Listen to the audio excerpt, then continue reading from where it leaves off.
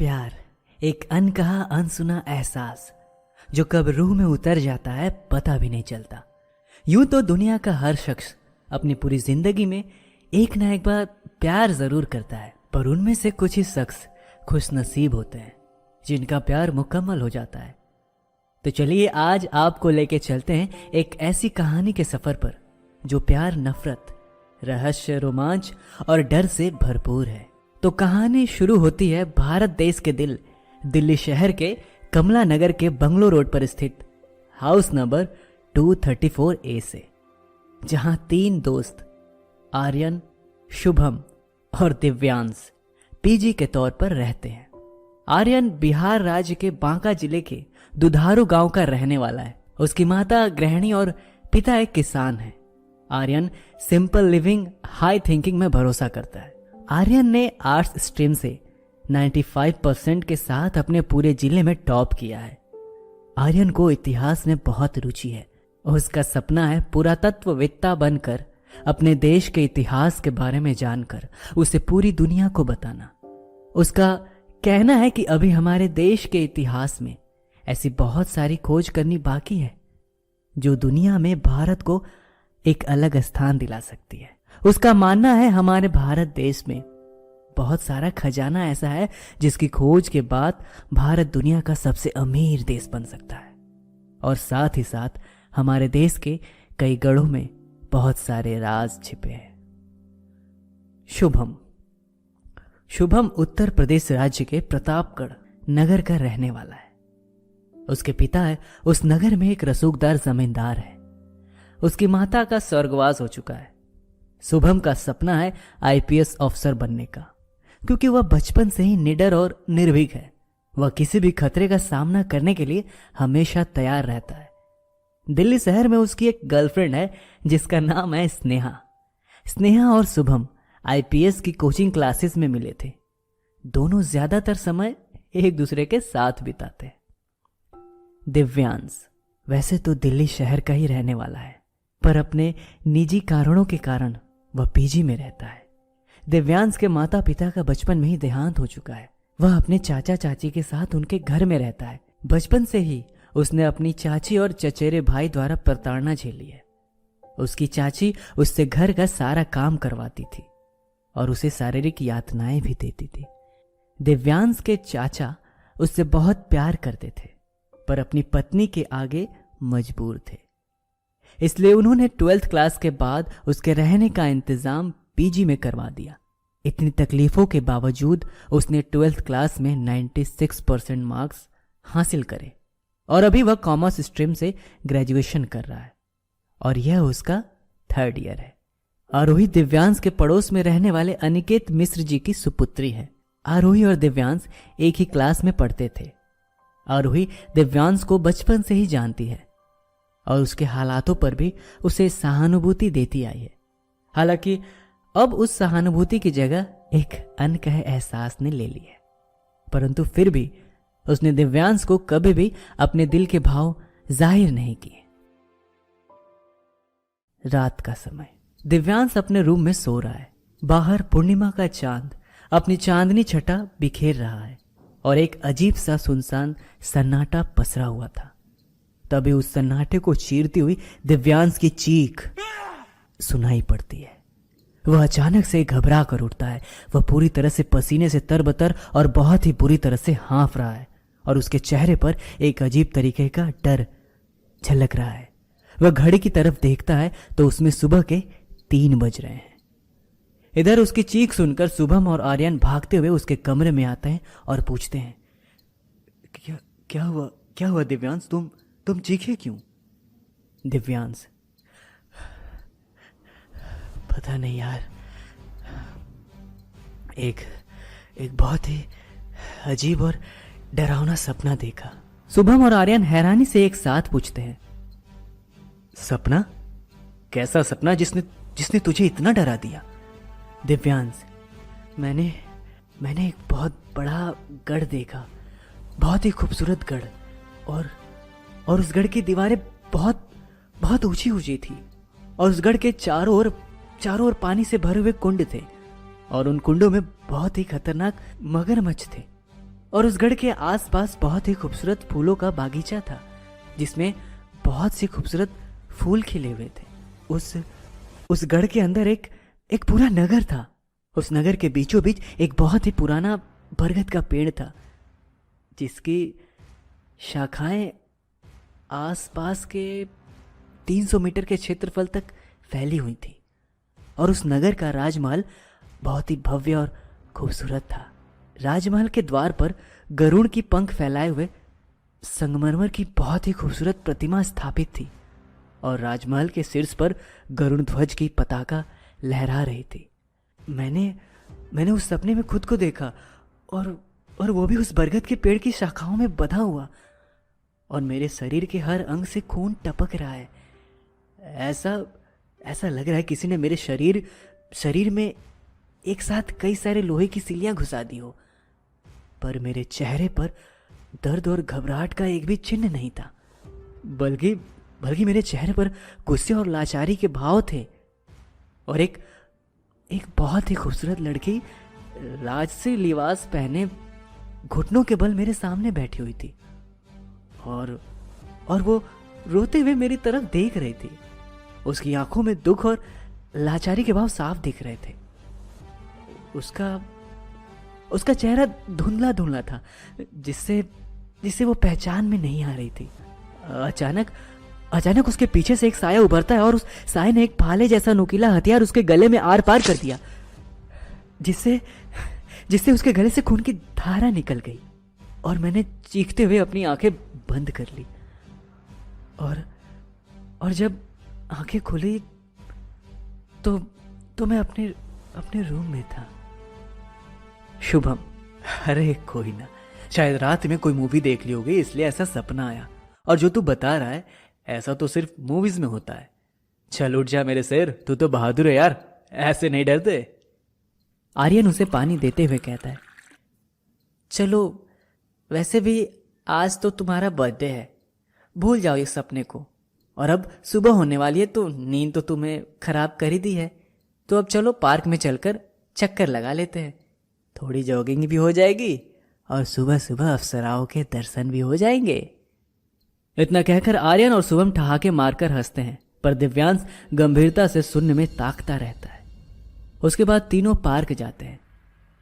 Park बहुत ही खूबसूरत है, बहुत सारे पेड़ पौधे और खूबसूरत फूलों से सजी हुई क्यारियां, और पार्क के बीचों बीच एक झील, जिसमें हंस, बतख आदि पक्षी और कमल के फूल के पौधे हैं। और इस पार्क में जॉगिंग करने के लिए ट्रैक बना हुआ है, और ओपन जिम की सुविधा भी है। सुबह सुबह इस पार्क में बहुत चहल पहल रहती है। तीनों जॉगिंग कर रहे होते हैं। आर्यन अपने स्वभाव अनुसार आसपास की सुंदरियों को देखने में ज्यादा व्यस्त था, और शुभम तेजी से दौड़ रहा था। पर दिव्यांश का दिमाग अभी भी उस सपने के बारे में सोच रहा था। सोचते सोचते वह उन दोनों से थोड़ा दूर आ गया था। अचानक से उसे महसूस हुआ कि उसके आसपास कोई है। उसने घबरा कर इधर उधर देखा। उसने देखा कि एक सफेद धुंध सी मानव आकृति उसके आसपास मंडरा रही है। इससे पहले कि वह उसके नजदीक आती, आर्यन और शुभम दौड़ते हुए उसके पास आ जाते हैं। शुभम दिव्यांश के कंधे पर हाथ रखते हुए कहता है, क्या हुआ, यहां क्यों रुक गया? दिव्यांश आसपास देखता है और कहता है, हाँ नहीं, कुछ नहीं, थोड़ा थक गया था, इसलिए आराम के लिए रुक गया था। उसे ये सब उसका वहम लगता है। तीनों पार्क से घर आते हैं। आर्यन सोफे पर बैठते हुए कहता है, अरे दिव्यांश, तू कॉलेज जा रहा है आज? दिव्यांश, हाँ यार, वो क्या है ना, आज संजय सर का लेक्चर है। अगर वो अटेंड नहीं किया तो 1 हफ्ते अटेंडेंस नहीं लगेगी, इसलिए आज जाना ज़रूरी है। और वैसे भी आज आरोही ने स्पेशली कॉलेज आने के लिए बोला है, कुछ सरप्राइज है मेरे लिए। शुभम और आर्यन एक दूसरे की शक्ल देखते हुए कहता है, ओहो आरोही, सरप्राइज है? तभी हमारे बर्थडे बॉय को कॉलेज जाने की इतनी जल्दी है। दिव्यांश, ऐसा कुछ नहीं है, कहता हुआ बाथरूम में चला जाता है।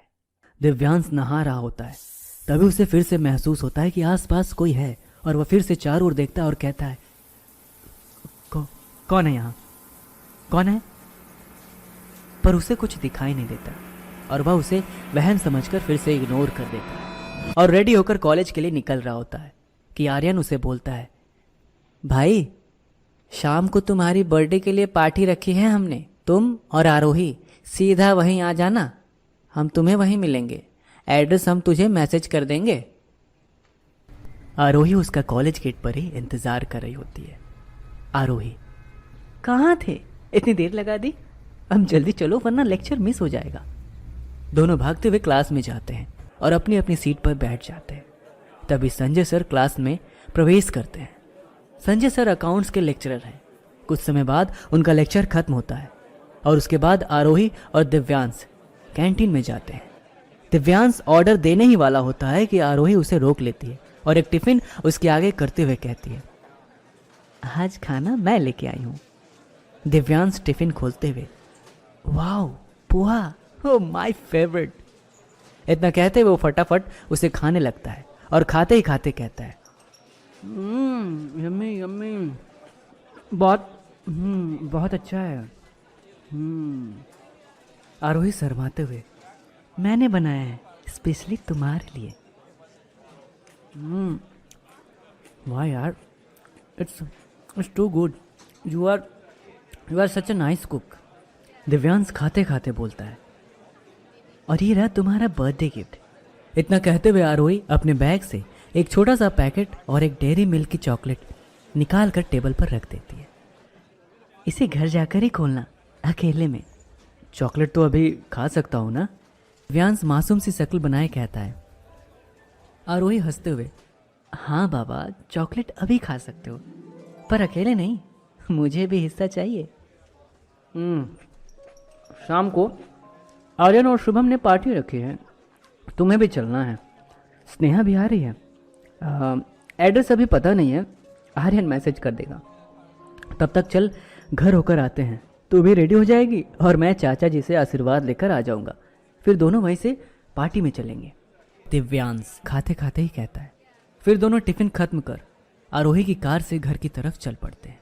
वहां पहुंचकर आरोही अपने घर चली जाती है और दिव्यांश अपने चाचा जी के घर पहुंचकर दरवाज़ा खटखटाता है। दरवाज़ा उसकी चाची खोलती है।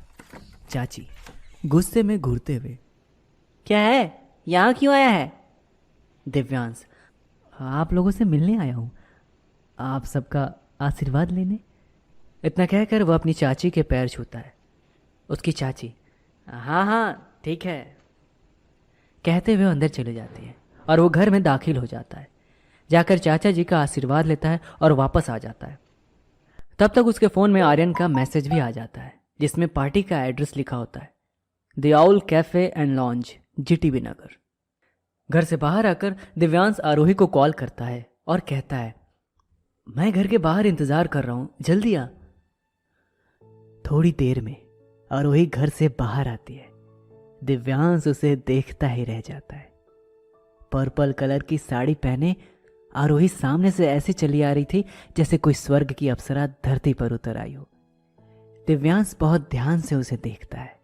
ब्लैक ब्लाउज और करीने से बंधी हुई पर्पल साड़ी, कानों में गोल गोल गिलेट के झुमके, गले में अमेरिकन डायमंड का हार, हाथों में ब्लैक मेटल का ब्रेसलेट और उंगलियों में रिंग, ऊपर से उसके खुले हुए रेशमी और कमर तक लंबे बाल।